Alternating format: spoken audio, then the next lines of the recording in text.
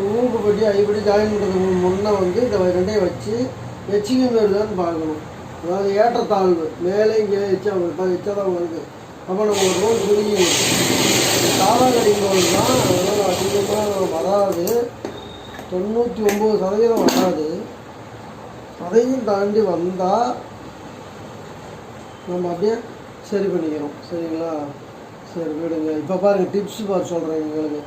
இப்போ இருக்குல்லைங்க, இந்த இது வந்து ஒரு மடக்கு மடக்கிறோம். இப்படியே மடக்கி நீங்கள் தைச்சி போட்டிங்கன்னா ப்ளவுஸோட கொக்கி ஈஸியாக லபக்குன்னு நம்ம கொஞ்சம் நம்ம தூங்கும் போது இப்படி கொஞ்சம் முன்கழுத்து லூஸ் விழுந்தால் அப்படி தானாக கலந்துக்கும். இந்த மாதிரி பிரச்சனைலாம் வரும். அப்புறம் சீக்கிரம் வந்து கிழிஞ்சு போயிடும். அந்த இப்போ வந்து கொக்கி தானாக கலண்டு வருதுங்கிற ப்ராப்ளம் வருது. அப்படிங்கிறப்ப நம்ம கயிறு கட்டுற மாதிரி வருது. அது கட்டினா வராது. இப்போ நம்ம எல்லாத்துக்கும் கயிறு கட்டினா நமக்கு வேலை அதிகம்.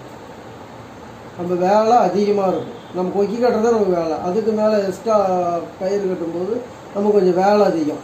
அதுக்கு மேலே வந்து உங்களுக்கு டைம் வேஸ்ட்டு. பத்தாவதுக்கு அந்த கயிறு கொஞ்ச நாளில் கட்டாயிடுச்சுன்னா திரும்பி அவங்க கொக்கி போட முடியாது.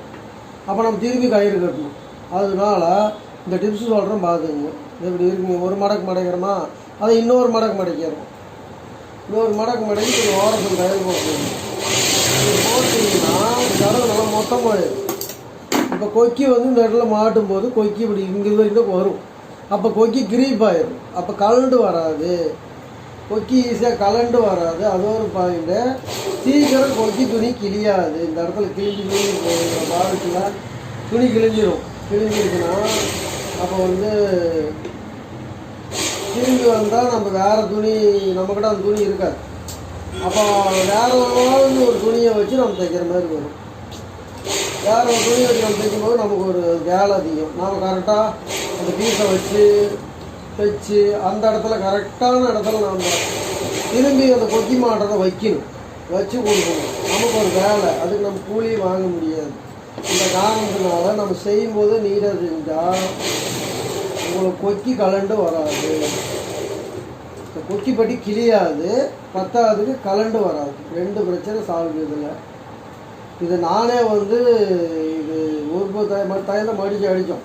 இந்த கொக்கி பட்டி கிழிஞ்சிருக்குன்னு நிறைய கம்ப்ளைண்ட் வந்தது. அப்போ தான் ஆராய்ச்சி பண்ணி என்னடா வந்தது இதுக்கு வலி அப்படின்னு நான் வந்து கண்டுபிடிச்சி பண்ணுவேன். இப்போ வந்து உங்களுக்கு இது மாதிரி கிளியறதில்லை. சரிங்களா? நீங்களும் ட்ரை பண்ணி பாருங்கள். லைக் பண்ணுங்கள், ஷேர் பண்ணுங்கள், சப்ஸ்கிரைப் பண்ணுங்கள். சரி.